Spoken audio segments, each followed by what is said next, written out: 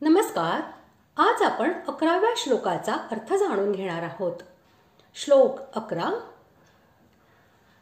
तेषामेवानुकंपार्थ महमज्ञानजन्तमहा नाशयाम्यात्मभावस्थो ज्ञानदीपेन भास्वता.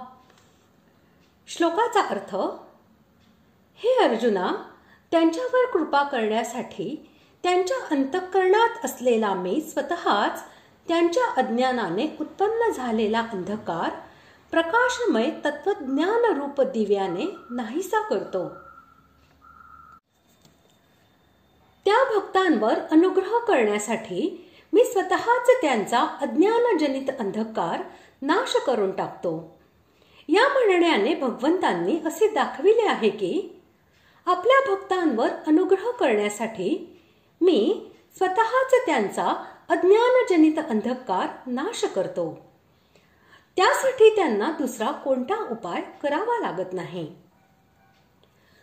अनादिसिद्ध अज्ञानामुळे उत्पन्न झालेली जी आवरण शक्ती आहे, जिच्यामुळे मनुष्य भगवंताचे गुण व प्रभाव व स्वरूप हे यथार्थपणे जाणू शकत नाही, तिचे वाचक येथे अज्ञानजन या विशेषणासह तम हे पद आहे. ते मी भक्तांच्या आत्मभावामध्ये राहून नाश करतो. या म्हणण्याद्वारे भगवंतांनी भक्तीचा महिमा आणि स्वतःमध्ये विषमतेच्या दोषाचा अभाव हा दाखविला आहे. भगवंताच्या म्हणण्याचा भावार्थ असा की मी सर्वांच्या हृदयांमध्ये अंतर्यामी रूपाने नेहमी स्थित राहतो. तरीही लोक मला स्वतःमध्येच स्थित असे मानत नाहीत. त्यामुळे मी त्यांचा अज्ञानजनित अंधकार नाश करू शकत नाही. परंतु माझे प्रेमी भक्त मला आपला अंतर्यामी समजून पूर्वीच्या श्लोकात सांगितल्याप्रमाणे निरंतर माझे भजन करतात. त्यामुळे त्यांचा अज्ञानजनित अंधकार मी सहजपणे नाश करतो. पूर्वीच्या श्लोकात ज्याला बुद्धियोग असे म्हटले आहे, ज्याच्याद्वारे प्रभाव आणि महिमा इत्यादींसह निर्गुण निराकार तत्व तसेच लीला, रहस्य, महत्व आणि प्रभाव इत्यादींसह सगुण निराकार आणि साकार तत्व यांचे स्वरूप व्यवस्थितपणे जाणता येते.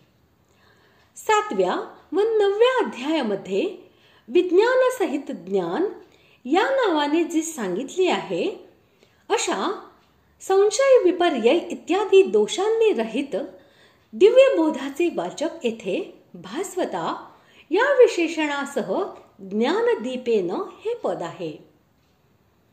त्याच्याद्वारे भक्तांच्या अंतःकरणातील भगवत तत्वज्ञानाचा प्रतिबंधक असलेल्या आवरणरूपी दोषाचा संपूर्ण अभाव करणे म्हणजेच अज्ञानजनित अंधकाराचा नाश करणे होय. अशा प्रकारे आज आपण 11व्या श्लोकाचा अर्थ जाणून घेतला.